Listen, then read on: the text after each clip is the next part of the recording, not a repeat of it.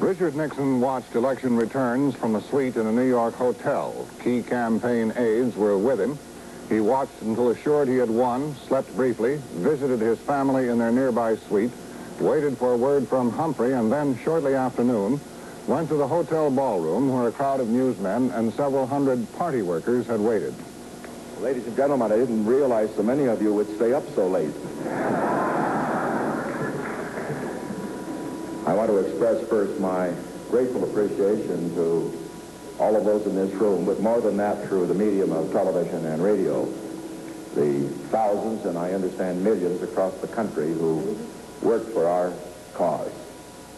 I, as you probably have heard, have received a very gracious message from the Vice President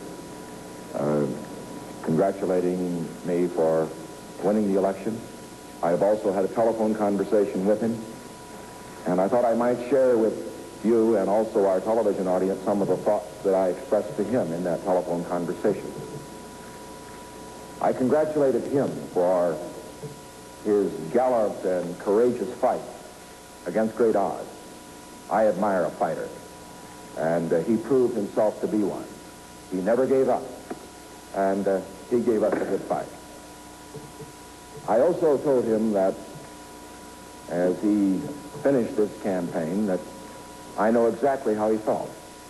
I know how it feels to lose a close one.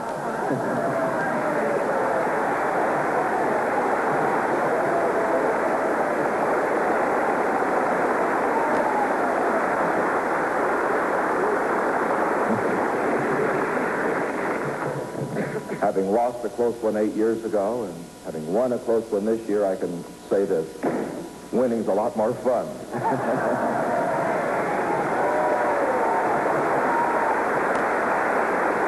But I would like to express to him and also to the thousands that work for him, because he, like myself, had a great corps of volunteer workers, many young people as well as others, a bit of philosophy that has guided me through the years of defeat toward this victory, and it is this: a great philosophy is never won without defeat. It is always won without fear. What is important is that a man or a woman engage in the battle, be in the arena, participate. And I hope that all of those that supported Mr. Humphrey will continue their interest in politics. They will perhaps be in the other party. We may be contesting again, who knows. But the important thing is that our process in this country works better when we have devoted, dedicated people giving their all in battle for a cause that they believe in. And I would urge particularly the young people who supported him and lost not to be discouraged, but to continue their interest and to go on to other areas of public service. I saw many signs in this campaign. Some of them were not friendly. Some were very friendly. But the one that touched me the most was one that I saw in Dexter, Ohio, at the end of a long day of whistle stopping. A little town, I suppose 5 times the population was there in the dust. It was almost impossible to see, but a teenager held up the sign, "Bring us together."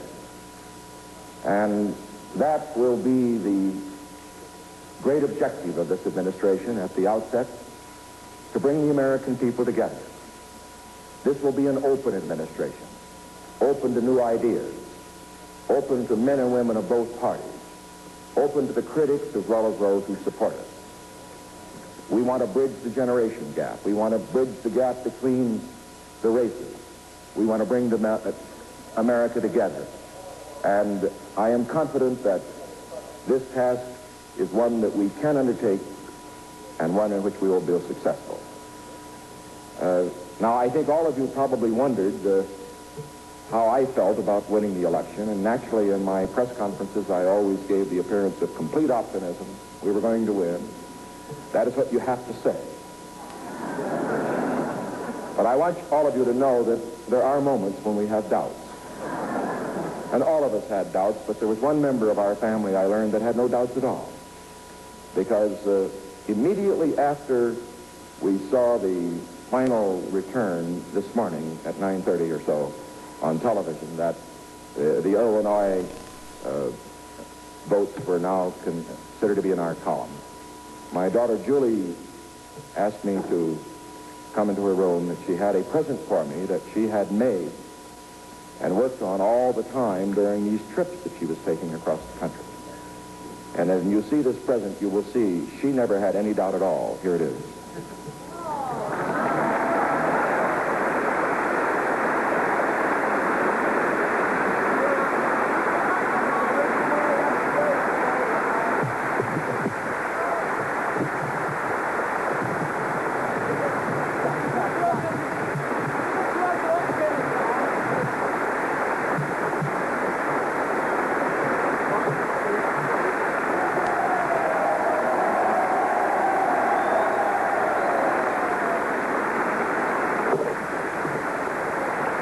Ladies and gentlemen, to show you how unsophisticated I am about this kind of art, when I saw it, I said, "Isn't that needlepoint?" And she said, "No, it's crewel."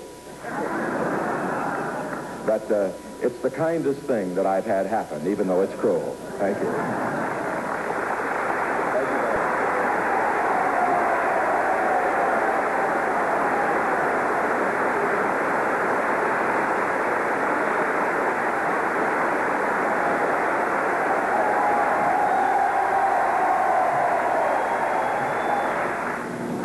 President Johnson sent Nixon a congratulatory telegram praising him for perseverance and determination and promising to help him in any way he can.